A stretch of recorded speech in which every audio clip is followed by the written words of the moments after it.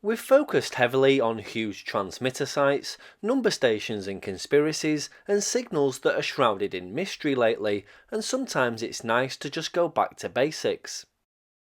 You seem to really enjoy the video in which I told you what every single thing does on whole MOS transmitter, and somebody recently asked if I'd cover a smaller transmitter site.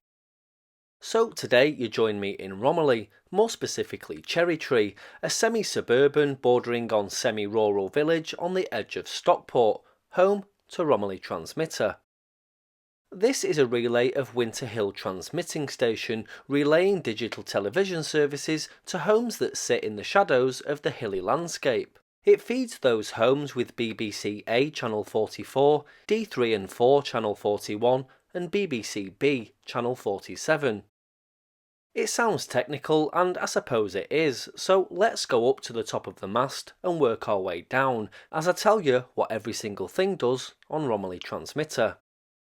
So firstly we have the main point of the tower and the reason why it's here, and that is this cross-polarised array of log periodics, which are fed the signal they need to actually be a relay of Winter Hill. There's 8 of these log periodics, with 4 pointing in the north-northwesterly direction and 4 pointing in the north-northeasterly direction. This provides a wide beam over Cherry Tree and beyond. Of course, relays like this need to be fed, and this is done using these 2 log periodics which point in a north-northwesterly direction back towards Winter Hill Transmitting Station. They receive the signal from Winter Hill, and that is then fed out by the 8 antennas at the top of the mast. Slightly further down is this set of old Band 2 circularly polarised aerials.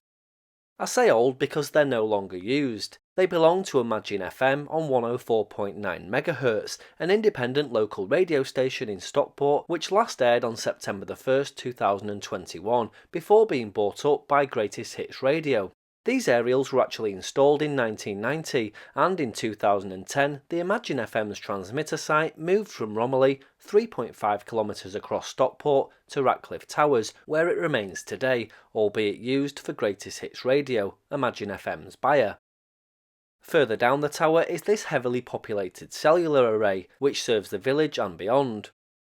The equipment here belongs to EE, 3 and Vodafone, and there's lots of it. The area around here is quite hilly, so there's supporting street monopoles and smaller local arrays close by to cover any shadows. Next up, or should I say down, is this police airwave array. The police use a system based on a digital mode known as tetra that requires repeaters to increase communications coverage across the country. Airwave arrays are easy to spot because they consist of these 4 stacked folded dipoles complete with phasing harness and usually come in groups of 3. Romiley only has 2, and I'm assuming that a third would be redundant here. They do also come in 1s, but 3 is the most common. There's lots of bits and pieces on this mast, and indeed many others that look like aerials to the untrained eye, but these are just brackets which at one point in time would have supported various antennas. Of course, no mast would be complete without the use of some sort of microwave equipment, and although there's not much at Romiley, there's still some to see. These provide point-to-point microwave links which send narrow beams over short distances at high frequencies.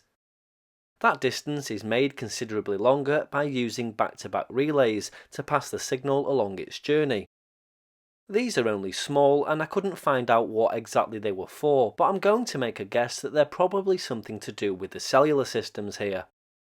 Down at ground level we have 6 huts and a transmitter building. These house the radio gear, the transmitters themselves, and protect them from the elements. Some of them get hot and ventilation is provided. Some systems need GPS for things like timing, so these mushroom antennas do the job. You can see the various feeders that exit the huts, travel along conduits, and then feed the antennas that sit up on the mast. Unfortunately, theft of copper cable and other things is common, so spike strips and barbed wire are commonplace at sites like this, as well as something called smart water. Smart water is a property marking solution used for many things. The telecoms industry and railway infrastructure are probably the biggest users of smart water in the UK.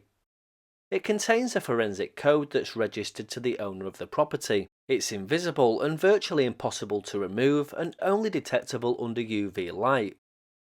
The police target handlers and receivers of stolen goods, and with smart water being traceable, it's a good deterrent that helps stop stolen equipment from being sold on.